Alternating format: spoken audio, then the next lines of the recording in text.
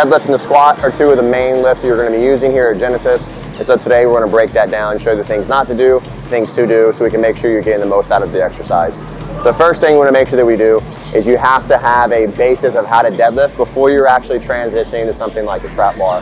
A lot of times people are so quick to jump to the trap bar or even to the straight bar, and they don't even know how to actually hinge or put their body in a good position where they can even deadlift safely without injuring your back. That is one of the biggest things you hear about when people say they don't want to do deadlifts, they don't want to hurt their back.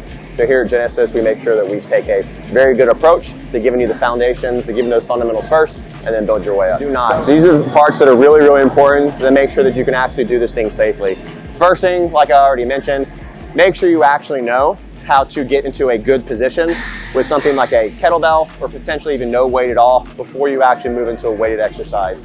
One of the biggest mistakes that you can make is jumping too quick, and then you injure yourself, and then you fall into that club of deadlifts are bad. Second thing is to make sure that you're stopping at the bottom on every single rep and resetting.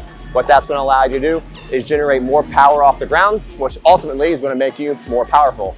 If you're doing touch and go reps, meaning the bar comes down and touches the ground and comes right back up, you're using momentum and you're not using as much of the strength as you have in your body.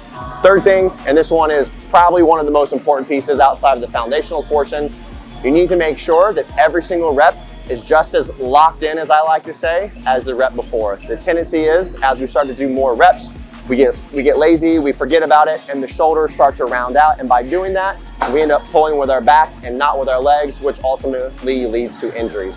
So if you stick to these things, what not to do and sticking with your foundations first, I promise that deadlifts are going to be an extremely safe exercise, and you will definitely notice the improvement in your performance out on the field.